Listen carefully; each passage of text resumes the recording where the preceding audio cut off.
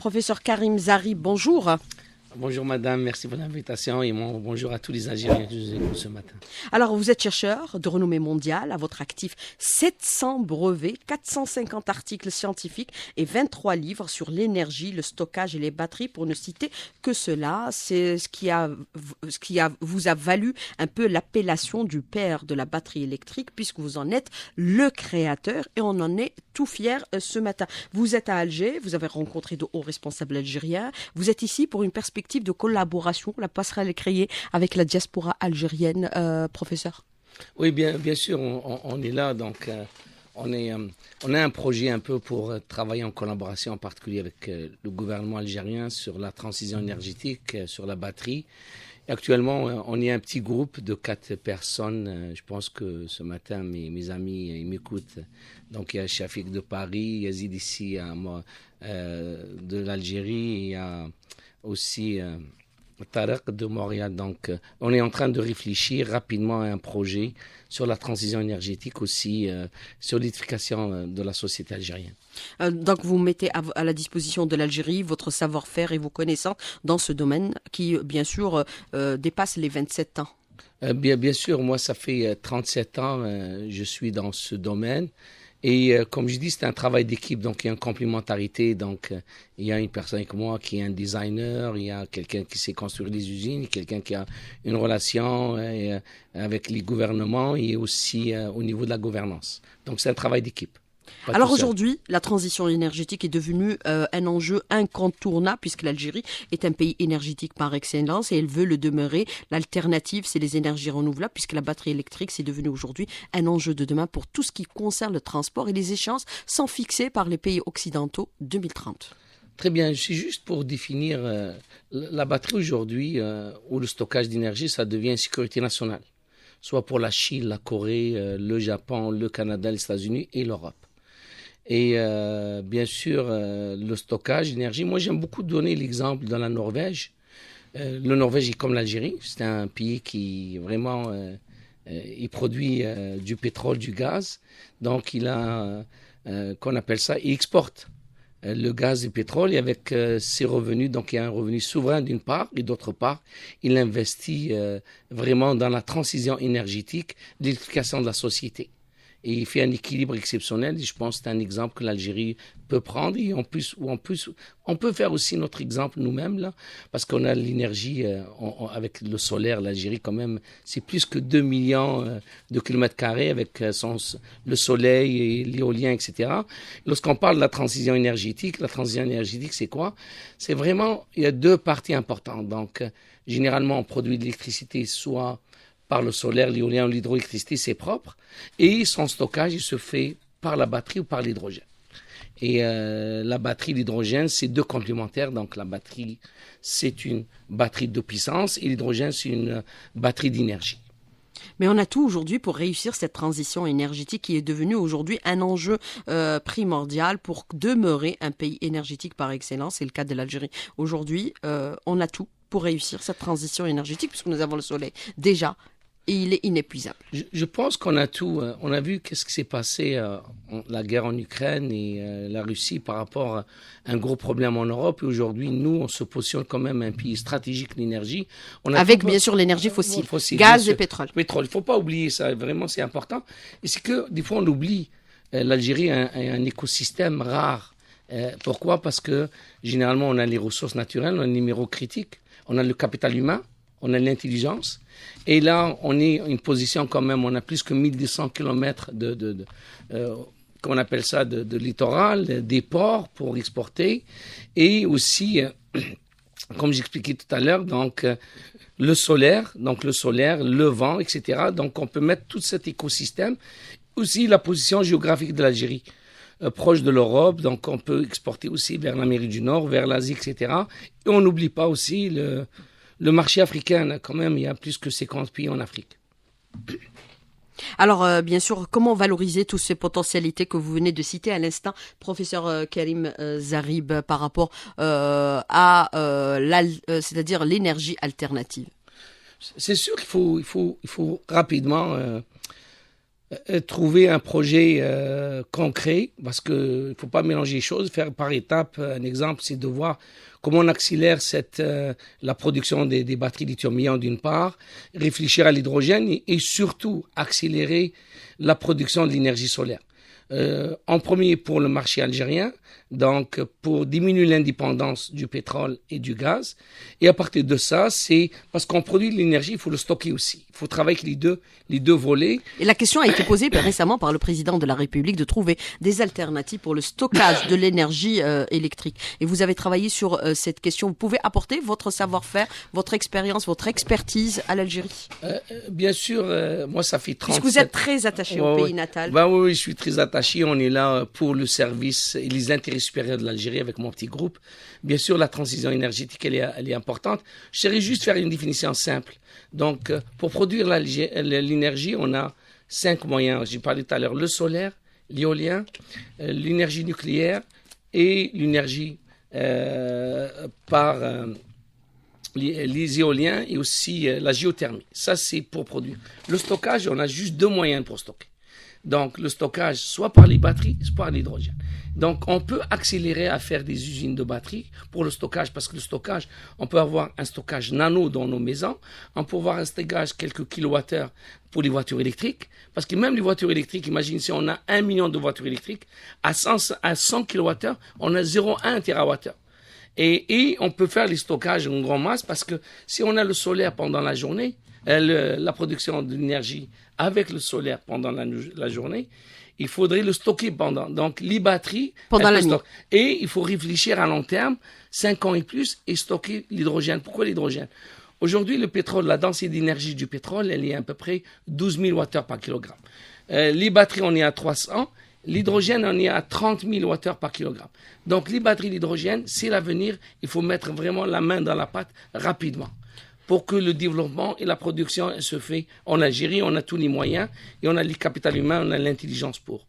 Et bien sûr, c'est la question du stockage sur laquelle vous êtes en train de discuter avec les plus hautes autorités du pays. Aujourd'hui, professeur Karim Zerri, puisque c'est devenu une question essentielle, stocker l'électricité au moment où il y a, bien sûr, au moment où le soleil s'éclipse, c'est-à-dire la nuit.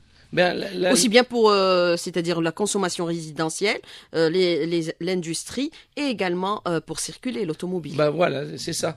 Parce qu'aujourd'hui, le stockage est très important aussi, non seulement avec les énergies renouvelables, mais aussi le réseau.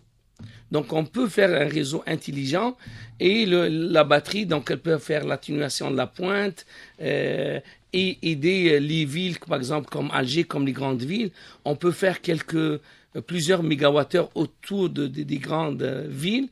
Et vraiment, par exemple, on peut charger les batteries pendant la nuit et pendant la journée, pendant les pics. Consommer, etc. Donc, on peut jouer tout ça. Et comme je vous dis, généralement, aujourd'hui, le marché, il est divisé en 3. Les consommateurs électroniques, comme vos téléphones, la batterie, elle est là. Le deuxième, c'est l'électrification du transport. On parle des kilowattheures. Et on parle du stockage à grand volume qui est au niveau des mégawattheures. Et tout ça, c'est relié à l'énergie solaire. Et aussi, il faut que ça prend rapidement en parallèle. La production de l'énergie solaire et la production des batteries lithium-ion ici en Algérie. Et on a les capacités de le faire, vous, puisque vous êtes le créateur de la batterie électrique. Je l'ai fait partout dans plusieurs, je pense. Moi, 100%, on est capable. Si l'État algérien s'associe avec nous, on travaille avec, bien sûr, avec le capital humain de l'Algérie, avec le capital à l'international. J'ai un réseau exceptionnel. Moi, j'ai passé 5 ans de ma vie. J'ai licencié 62 licences. Aujourd'hui, Tesla, les Mercedes-Benz de ce monde, pratiquement il y a 100 pays aujourd'hui qui utilisent la batterie qu'on appelle la batterie fer-phosphate lithium-ion. Elle est basée sur le fer et sur le phosphate. Déjà, les minéraux critiques qui sont là en Algérie. Donc, on a déjà success story. Donc, on ne commence pas à zéro. Et je pense que l'Algérie, on sait aussi en 2030, la voiture à essence va être bannie. Là. Des fois, les gens, il faut qu'on se réveille rapidement. Là. La voiture à essence. Et moi, il reste 7 ans. Il reste 7 ans. Et moi j'appelle ça le syndrome Kodak. Toutes les compagnies qui produisent des voitures à essence, s'ils ne font pas un virage rapidement dans l'électrification de transport, ils vont disparaître.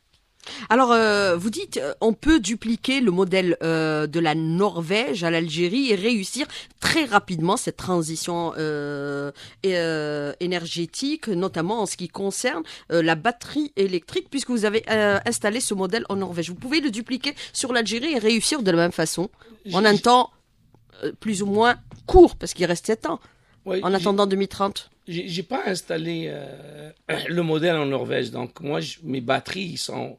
Mes brevets avec mon équipe, bien sûr, c'est un travail d'équipe. Nos brevets, où il y a n'importe quel téléphone portable ou un iPad ou une voiture électrique, au moins il y a un élément dans la batterie qui est breveté par moi et mon équipe.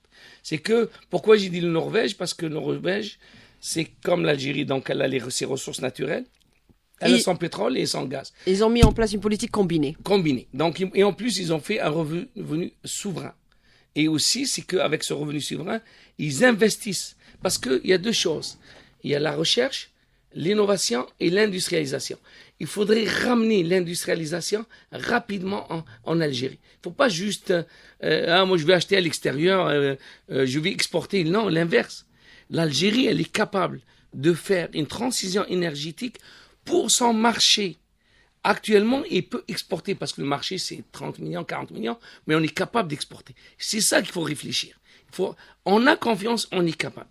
Alors, vous dites, bien sûr, aujourd'hui, en Algérie, il faut aussi continuer à vendre l'énergie fossile tout en essayant de mettre en place le plus rapidement possible des plans relatifs aux énergies alternatives, miser sur la transition énergétique, que ce soit l'énergie solaire, l'éolien, la géométrie ou le stockage. C'est les aspects que vous avez relevés. Mais on peut commencer, puisque vous dites, on peut commencer déjà pour la consommation interne, pour les grands secteurs énergivores, l'agriculture, par exemple. Ben oui, bien sûr. L'éclairage public pour les collectivités locales. locales. L'éclairage public, aujourd'hui...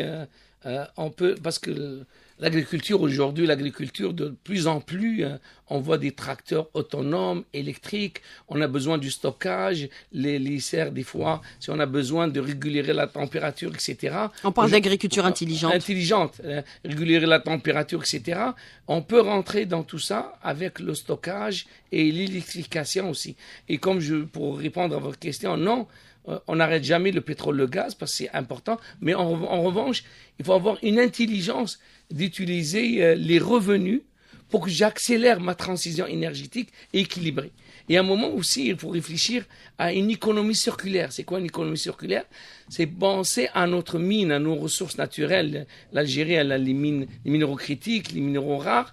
Les transformer ici, pas les vendre comme des minéraux bruts. Faire la transformation ici, produire les cellules, produire les batteries et autre chose, et penser aussi au recyclage. Le recyclage est très important. L'Algérie, elle peut se positionner comme un acteur très important au niveau du recyclage aussi.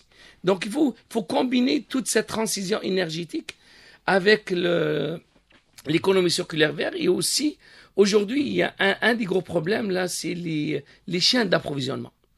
Donc, soit l'Amérique du Nord, soit l'Europe, ils sont indépendants de la chaîne d'approvisionnement, en particulier de l'Asie, de la Chine.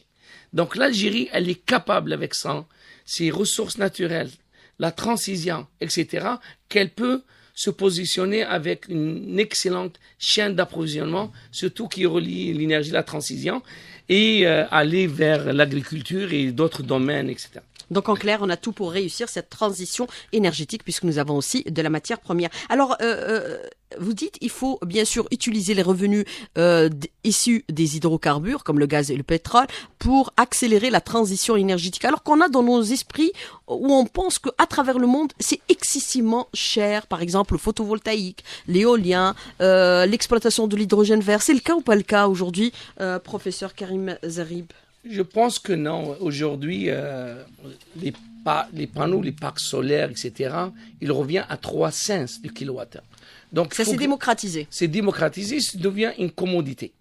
Donc les elle devrait rapidement penser à 3 voies.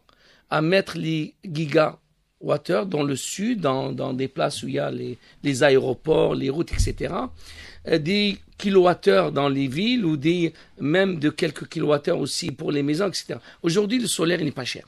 C'est une commodité. L'éolien, ça dépend. Il faut vraiment faire une étude, économie sociale, etc. Même l'éolien, il devient pas cher, etc. Et lorsqu'on parle des batteries, ils me disent, les voitures électriques, non. Aujourd'hui, le prix, je vous donne un exemple. Sony, c'est la première compagnie qu'elle a commercialisé la batterie lithium-ion. On parle de 1991. En 1991, le prix par kilowattheure, c'est à peu près $7 000 le kilowattheure. Aujourd'hui, on est en bas de $120 le kilowattheure. Et l'année prochaine, à $100 le kilowattheure, la voiture électrique, elle est moins chère que la voiture à essence. Elle est plus facile à fabriquer. On a un moteur électrique, on a un pack de batterie et on fait un casting de la voiture en 3 morceaux. Donc, l'hydrogène, bien sûr, l'hydrogène, il faut le produire avec les énergies renouvelables, en particulier parce qu'il faut le produire vert, il ne faut pas le produire avec une énergie qu'on appelle bleue ou noire.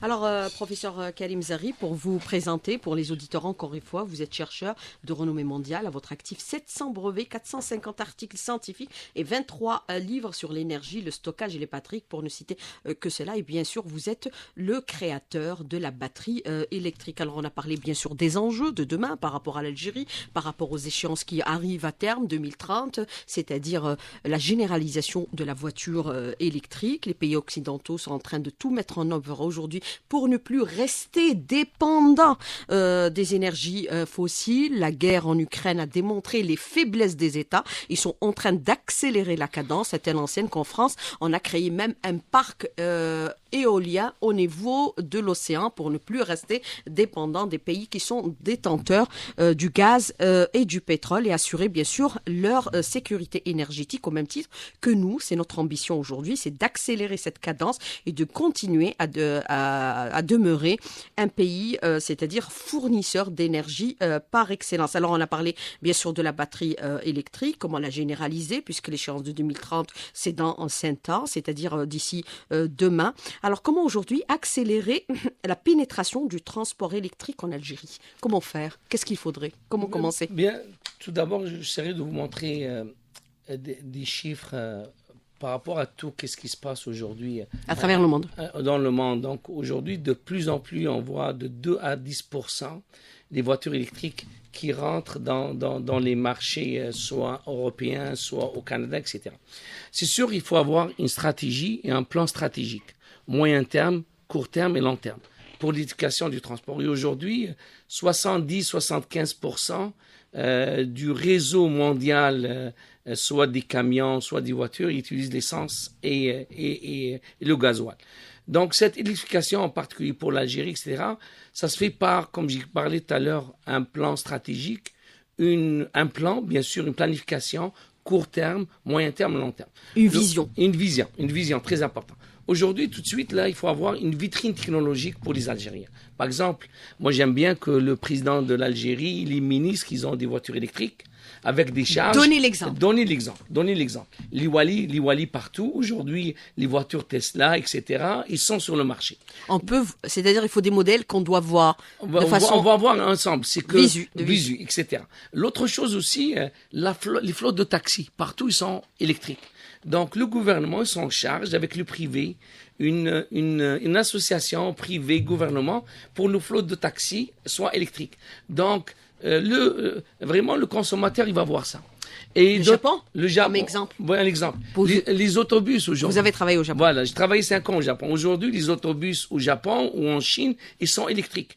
Donc, on peut mettre etc. Les camions.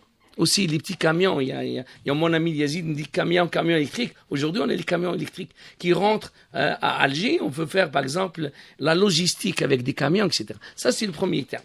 Et deuxième terme, il faudrait qu'on mette la main dans la pâte. On essaiera de construire une usine pour les batteries, les voitures électriques algériennes, avec un modèle algérien. Donc, on a vraiment ce projet à cœur. On peut faire les premières lignes, on n'a pas le choix de les faire avec les Japonais ou avec les Allemands, nos pays allemands. Faire les premières lignes ici, et à partir de ça, les deuxième, troisième lignes, on peut l'industrialisation avec les moyens algériens, etc. Et le long terme, on essaiera vraiment de faire un pourcentage, par exemple, un 70-30. C'est que 70-30, on aura toute l'éducation du transport. Ça se fait en Algérie, 30% de son énergie, elle soit vraiment exportée, etc. Et on peut exporter notre savoir-faire aussi. On peut créer la propriété intellectuelle, parce que quand même, les Algériens comme moi, il y en a beaucoup comme moi, là, je ne suis pas un cas particulier. La création, l'innovation, c'est important. la création de la propriété intellectuelle, etc. Donc non seulement on veut construire, mais on peut exporter nos savoirs. Alors justement, puisque vous avez abordé la question du transport, vous en avez fait aussi des travaux, vous en avez eu même un brevet, fait aussi éditer un livre sur la question bien sûr du stockage. Le véritable problème aujourd'hui des batteries électriques, c'est le stockage, professeur Zarib. Comment assurer bien sûr cette capacité de stockage aujourd'hui, puisque vous parlez même de transport de marchandises sur le long courrier. Comment faire aujourd'hui? Est-ce qu'il y a possibilité de stocker, ou alors il va falloir aussi commencer à mettre en place des bornes électriques à travers tout le territoire national? Même principe que pour le carburant. Oh, très bien. Aujourd'hui, ça se fait au Canada, c'est simple, c'est pas compliqué. Ça c'est sur la planification stratégique, sur notre vision, c'est le court terme. Ça veut dire l'autonomie. L'autonomie. Le court terme, ça veut dire quoi? C'est de mettre on les appelle ça du superchargers, les chargeurs super partout. Les bornes électriques. Les bornes électriques, c'est pas compliqué. Donc, c'est du courant continu, on peut les mettre dans toutes les stations, dans nos autoroutes est-ouest, le nord-sud, partout, et ça se fait. Et assurer l'autonomie pour le transport. On peut faire 20 minutes. En revanche, la voiture électrique aujourd'hui, elle a besoin juste de la batterie. Mais en revanche, si on prend les trains, moi j'entends parler des trains, etc. Les trains électriques. Les trains électriques. On a mis en place des trains électriques. Les trains électriques, à cause que les distances sont longues, donc il faut réfléchir à une transition énergétique de faire la batterie et l'hydrogène. Parce que la batterie tout seul, elle n'assure pas l'autonomie. Mais on ne peut pas les équiper de panneaux photovoltaïques? Oui, on peut faire une panneau photovoltaïque. C'est-à-dire, ils stockent en même temps qu'ils circulent? Oui, c'est une très bonne idée. Donc, on peut faire un hybride, une hybridation. Stockage via le panneau solaire, les batteries et aussi l'hydrogène. Un wagon consacré justement au stockage. Voilà, stockage. Et qui permet d'alimenter le train. Écoutez, il y a même pas 2 jours, dans le Devoir, là, donc il y a un article j'étais interrogé, donc j'ai créé un centre collaboratif sur la transition énergétique. Une des solutions qu'on montre, comment les trains, on l'aborde avec la batterie et l'hydrogène, il n'y a pas de caténaire, il n'y a pas de ligne, il n'y a rien. Ça, c'est très important. Alors, vous avez dit que l'Algérie pourrait être leader, bien sûr, en s'appuyant sur l'expertise de ces chercheurs qui sont essaimés à travers le monde et qui font des choses extraordinaires. Vous en êtes aujourd'hui l'exemple et l'exemple vivant. Autre question qui est aussi d'actualité, c'est-à-dire, on parle bien sûr de la batterie électrique, mais le recyclage de la batterie électrique, est-ce qu'il pourrait être envisagé ou il est déjà envisagé? Le recyclage, il est envisagé parce qu'on n'a pas le choix. Pourquoi? Parce que les ressources naturelles, ils ne sont pas vers l'infini. Et aussi, il faut vraiment réfléchir au recyclage. Donc, la mine, les ressources naturelles, c'est une mine naturelle. Et le recyclage, on appelle dans notre jargon une mine urbaine. Mais les batteries de première génération que nous avons déjà dans nos véhicules, est-ce qu'on pourrait les recycler pour se transformer en batterie électrique? Ou alors Oui, bien sûr. Aujourd'hui, moi, je travaille sur le recyclage, des brevets, etc. On est capable de recycler entre 95 et 99%. Et l'Algérie, elle est capable. Elle est capable de faire ça. Comme je parlais, tout ça, ça fait rentrer de l'économie circulaire, de la mine au recyclage.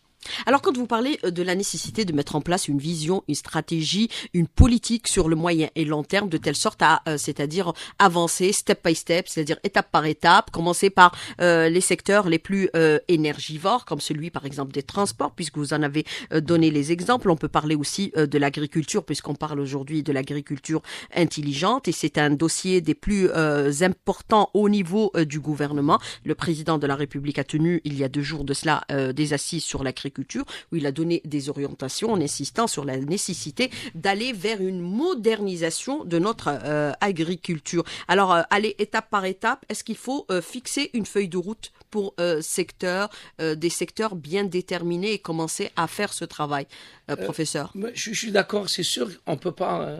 Il faut focuser. Il faut vraiment faire un focus. Mais commencez maintenant. Commencer maintenant, c'est maintenant. L'agriculture, c'est important parce qu'aujourd'hui, il y a 2 choses importantes. Il y a l'énergie. Et il y a l'alimentaire. Et l'alimentaire. On a vu pendant la Covid.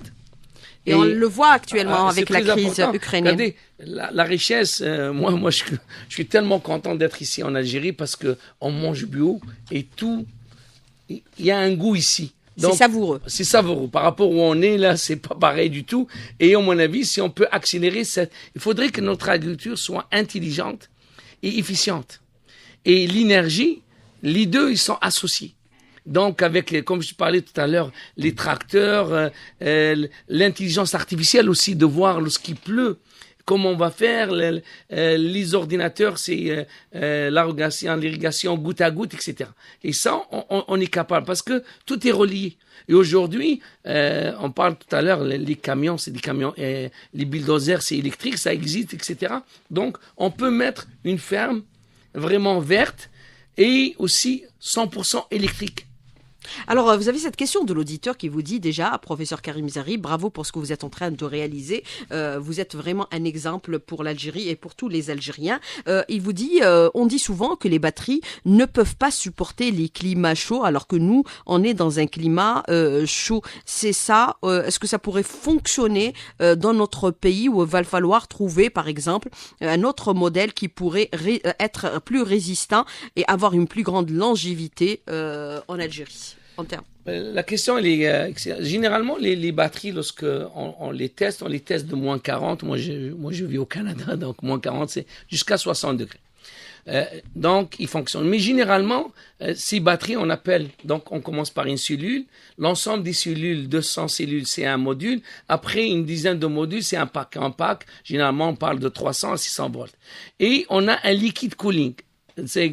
Donc, ce liquide cooling, ça veut dire quoi? Il régule la température toujours à 25 degrés. Donc, quoi qu'il soit lorsqu'il fait froid, soit il fait chaud, la température est une température ambiante à 23 degrés. C'est grâce à cette circulation liquide et en température. Donc, il n'y a pas de souci au niveau des hautes températures, etc. Donc, la voiture, elle fonctionne à 25. Moi, la technologie que j'ai développée en mon équipe, elle s'appelle l'hyperphosphate. Écoutez, le nombre de cycles, ça veut dire, donc, elle a 20 000 cycles à 25 degrés. 20 000 cycles, ça veut dire un cycle, lorsque vous prenez votre téléphone, je le décharge à 100%, je le charge à la maison, c'est un cycle. Imagine 20 000 cycles, là, la voiture, elle a plus que 20 ans. Et elle fonctionne aucun problème en Algérie, du Sahara jusqu'au nord. Alors, il faudrait aussi commencer à mettre en place des centres de formation sur tout ce qui est batterie électrique, parce que c'est l'avenir de demain, et il est tout proche. Il faut former dans ce domaine-là. La formation, elle est importante. Moi, je suis à l'université, j'ai créé plus de centres de recherche. C'est important. Moi, j'ai dit toujours, j'aime beaucoup les centres d'excellence. Moi, je partage notre pays, l'Est, l'Ouest, le Centre et le Sud. Il faut créer le capital humain parce que c'est très important la formation en créant des centres d'excellence en électrification et stockage d'énergie, qu'on travaille ensemble avec l'industrie. Il faut vraiment créer. Lorsqu'on va créer les industries, on a besoin du bassin. On a besoin des opérateurs, des ingénieurs, et tout ça, ça travaille ensemble selon le plan stratégique qu'on a fait ensemble. Les incubateurs. Les incubateurs. C'est devenu à la mode. C'est là qu'il faut vraiment créer les startups. Parce que vraiment, dans le monde de l'énergie, les batteries, on peut accélérer. Je salue le ministre qui nous écoute, j'espère aujourd'hui. Les startups, vraiment, c'est une opportunité énorme. Et qui vous a rencontré. Voilà, c'est ça. Par exemple, si je vais décortiquer la batterie de la mine, donc la mine, les minerais, première transformation, deuxième transformation, les précurseurs, les matériaux d'anode, les matériaux de cathode, l'électrolyte, la cellule, le pack, le module, la voiture électrique, le moteur électrique et le recyclage. Imaginez le nombre de start-up que les jeunes vont s'amuser et comme ça, on a vraiment une jeunesse. Là. Moi, je lui dis, c'est une opportunité. C'est une richesse. Après c'est une richesse. La jeunesse, c'est la richesse d'un État. Et là, il ne va pas rester juste pour le marché algérien. Là. Et il va exploser. Là. À chaque fois qu'il met un brevet, etc., tout le monde, là, les Elon Musk de ce monde, etc., ils vont venir les voir. Là. On est capable. Et l'opportunité, elle est là. Alors, est-ce que vous avez fait une simulation sur les opportunités de création d'emplois en Algérie en utilisant bien sûr tous vos procédés? Puisque vous avez discuté avec les hauts responsables algériens, est-ce que vous avez donné des simulations sur bien sûr la portée économique, la portée c'est-à-dire stratégique en termes d'énergie et aussi la portée en termes de création d'emplois et d'entreprises? La question est excellente. Moi, c'était toujours ma vie. Moi, quand je faisais la recherche, je le dis en anglais, je dis I do my research to me something useful for our society. Donc, pour quelque chose pour la société, surtout la création d'emplois, c'est le pour. Un exemple, un batterie. La valeur ajoutée, la richesse aussi. La richesse aussi, et de voir un exemple, si on fait juste une usine de batteries, de voitures électriques, on parle de 10 000 emplois directs, 20 000 emplois indirects. Et si juste au niveau des startups, si on fait les composantes, c'est d'autres personnes qui vont faire la composante Avec de Sonal, l'anode, gaz, la avec Sonatra. cathode, etc., avec des joint ventures, etc., on parle d'un potentiel de 300 000. On parle des 300 000 300 000 emplois. Ça, c'est rapidement, ça, c'est dans les 3 à 5 ans. Bien sûr, c'est comme, moi j'ai dit toujours, regardez, il y a Total comme Sonatrach. Total, elle s'oriente complètement sur les énergies renouvelables. Elle achète des compagnies de batteries, Nippon Oil, les compagnies américaines, Sonalgaz. Moi j'ai passé 28 ans chez Hydro-Québec, c'est quand même Sonalgaz. Et Hydro-Québec, elle a son réseau du stockage d'énergie, elle a sa compagnie pour produire des batteries et elle a aussi son réseau électrique pour les bornes de recharge rapide, etc.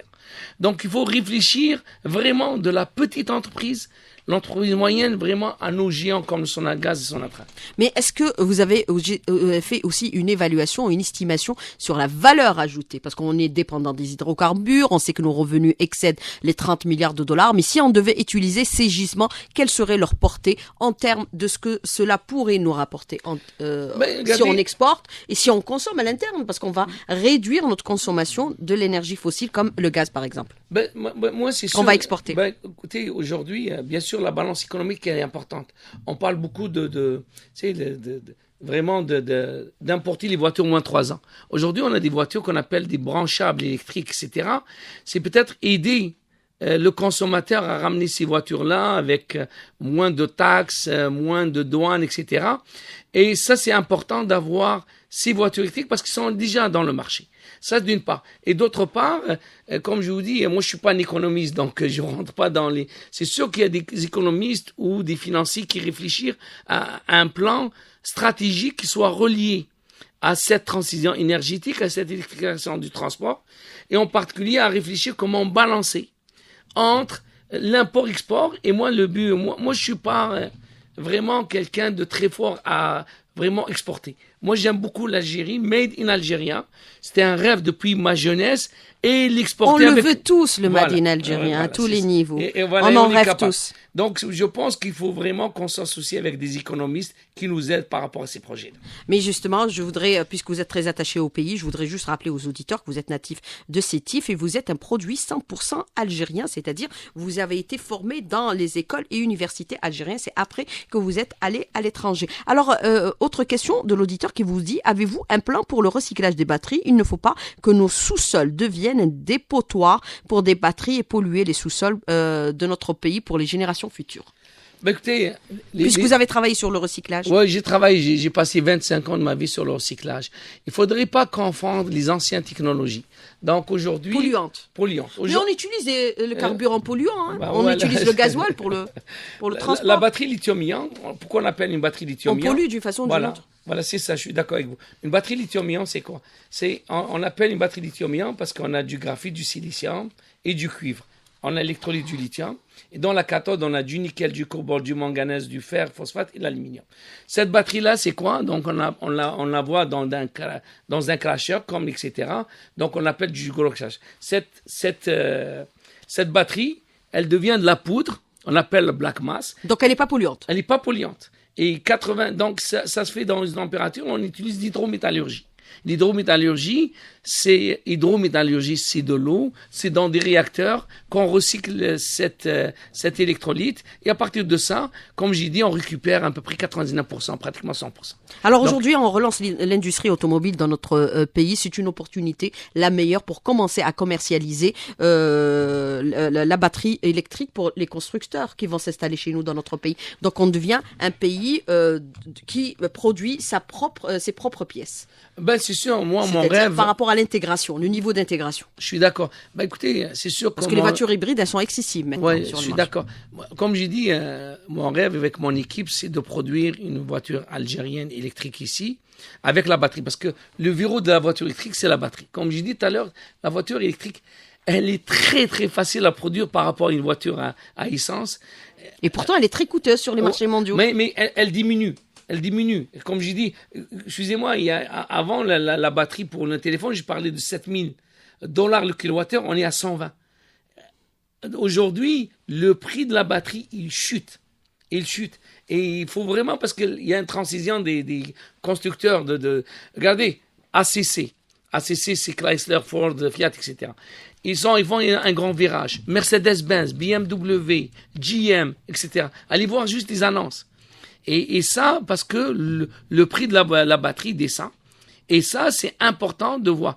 Mais il n'y a pas juste que la voiture électrique aussi. Il faut penser aux camions aussi, qu'on peut les mettre électriques. Alors, bien sûr, et tout, les constructeurs aujourd'hui, automobiles, et aussi les leaders de la téléphonie travaillent sur l'autonomie électrique, la batterie qui puisse tenir le plus longtemps possible. Alors, quel est le coût de production d'une batterie? Qu'en est-il de l'impact sur l'environnement? Les écolos en parlent beaucoup ces derniers temps, puisqu'on s'achemine vers l'automobile hybride à horizon 2030. Quel est le coût de la batterie? Le coût de la batterie aujourd'hui, comme j'ai expliqué tout à l'heure, regarde, si on commence, tout à l'heure il y avait le problème sur l'environnement, il faut faire attention là, parce qu'il y a des lobbies qui disent la batterie n'est pas propre, etc. Moi aujourd'hui... comme les lobbies du carburant qui disent, ou du pétrole et du gaz qui vous disent qu'ils sont extrêmement polluants, pourtant ils font les guerres pour pouvoir s'accaparer le pétrole et le gaz des pays. Aujourd'hui, mon sujet numéro 1 à l'université, c'est le passeport de la batterie. C'est quoi le passeport de la batterie? Donc, on prend le cycle de vie de la batterie, on va voir comment les ressources naturelles ils sont fabriquées dans les mines, parce qu'aujourd'hui, les mines au Canada ils deviennent électriques, donc il n'y a pas de pollution, et on la suit. Après, j'ai la première transformation. C'est quoi l'énergie que j'ai utilisée? L'énergie hydroélectricité, elle est verte. C'est quoi le procédé? Procédé sans déchets, elle est vert, etc. Donc, on suit la batterie aujourd'hui, vraiment de la mine jusqu'à son application, et on va donner au consommateur son passeport pour montrer que la batterie est verte. Ça, c'est le premier 1. Donc, il faut faire vraiment attention parce que la batterie, elle devient verte et tout le monde aujourd'hui. Allez acheter une Mercedes-Benz ou Tesla. Dans quelques années, vous demandez votre certificat. C'est pour votre diamant, votre or et la même chose pour la batterie. Donc, la batterie, elle va avoir son passeport, etc. Et le coût, j'expliquais tout à l'heure, on est à 122, 123. À partir de l'année prochaine, c'est $100 le kilowattheure. 1 kilowattheure de batterie fait le pack. Et aujourd'hui, on voit les gigafactories partout. Et elle va diminuer. En 2030, on parle à peu près à $60 le kilowattheure. À $60 le kilowattheure, elle est vraiment la moitié de la voiture électrique. Elle sera moitié de la voiture à essence. Des fois, les gens ne réalisent pas, mais ça, il y a une grande accélération vers la pénétration de la voiture électrique dans notre monde. Alors Lou, aujourd'hui, on s'adapte aussi à bien sûr, à ces données économiques qui sont éminemment importantes au niveau universel. Il faut donner des avantages comparatifs à ceux qui utilisent, par exemple, les voitures hybrides, puisqu'on a vu que pour l'importation des véhicules de moins de 3 ans, on a interdit l'importation de véhicules avec, bien sûr, avec le gasoil, qui consomment du gasoil. Et même pour aujourd'hui la production, on favorise l'électrique. Professeur Karim Zarib, il faudrait aussi, par exemple, donner des avantages et commencer peut-être à taxer ceux qui consomment, qui utilisent les véhicules à carburant polluant. Ben oui, regardez, je reviens. C'est comme ça qu'on va un peu booster le marché. La question est excellente. Je reviens juste sur, par exemple, si on ramène la voiture pour la pollution, si on ramène la voiture électrique ici, il faut réfléchir que la source de production, il faut que ça soit propre. On ne peut pas produire notre électricité avec du gasoil ou du gaz et on va le charger cette énergie à une voiture. Donc, elle n'a pas de sens. Il faut vraiment accélérer, soit le solaire, l'éolien, que la source d'énergie, elle soit propre. Alors, le Norvège, par exemple, c'est un exemple. Ou au Canada. Donc, si on achète, moi j'ai une voiture plug-in, etc. Le gouvernement du Québec et du Canada, le gouvernement du Québec, il m'a aidé, il m'a donné $8,000. Et le gouvernement du Canada, 5 000. Il nous aide. Et par exemple, dans le cas de la Norvège, les voitures à essence sont super taxées. Si on achète une voiture électrique, donc les gouvernements, ils nous aident, etc. Donc, oui, la taxation, moi je suis pour la taxation. Et je suis pour l'intégration de la voiture électrique, non, comme je dis, non seulement pour la voiture, mais pour les camions, parce que moi je vois un peu que le parc algérien, il est un peu vieillot, donc il faut vraiment cette transition énergétique rapidement. Eh bien oui, on a donné des statistiques. 5 millions de véhicules sont vieux aujourd'hui qui circulent au niveau de toutes les villes. Alors, on ne peut pas passer ou réussir la transition énergétique sans la taxe carbone pour les sociétés comme Naftal, Sonatrach et Sonalgaz. Il faut que ça soit une charge pour les sociétés qui utilisent les énergies fossiles. Il faut qu'ils payent plus de 15% de leurs bénéfices pour compenser l'empreinte carbone et les inciter à aller vers la voiture électrique. Il faut donner des exemples, vous l'avez dit. Il faut qu'on voit, par exemple, au niveau de certaines institutions. Le président, l'Iwali, si on la voit, on la touche, les jeunes de l'école, les petits gamins, ils vont voir. C'est eux qui donnent l'exemple. C'est dans l'exemple. Moi, je suis sûr, c'est mon rêve de voir notre président, nos ministres, nos walis, même les présidents des... Écoutez, aujourd'hui, là, les voitures, les Tesla, je ne parle pas des gros modèles, donc c'est abordable. L'Algérie, elle a les moyens de faire cette vitrine technologique. Et si on a cette vitrine technologique, aussi les startups, les instituts, les universités, il faudrait qu'il y ait des programmes sur l'éducation de transport et la formation rapidement dans notre pays. Et bien sûr, enseigner ces modules au niveau de l'éducation nationale. Alors, professeur Karim Zarib, vous avez la technique, la technologie, le savoir-faire. Il faut que d'autres vous accompagnent pour pouvoir mettre en place tous les projets que vous voulez réaliser en Algérie. Ben, c'est sûr, comme je dis aujourd'hui, il y a 4 personnes, il y a un designer, il y a un promoteur qui sait produire les usines, j'ai quelqu'un. Aujourd'hui, on a une équipe. Moi, j'aimerais bien m'associer avec le gouvernement algérien parce qu'on le fait pour l'Algérie. Vous êtes algérien? Oui, merci beaucoup. Du made algérien, et il faudrait que tout le monde mette la main dans la pâte. On a des compétences algériennes et les compétences, les deux ensemble. C'est pas juste on arrive, c'est un travail d'équipe.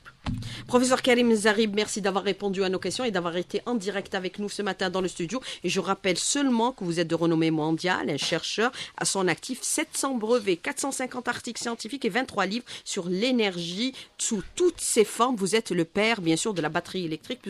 Vous l'avez créé. Professeur, merci beaucoup. Bon retour.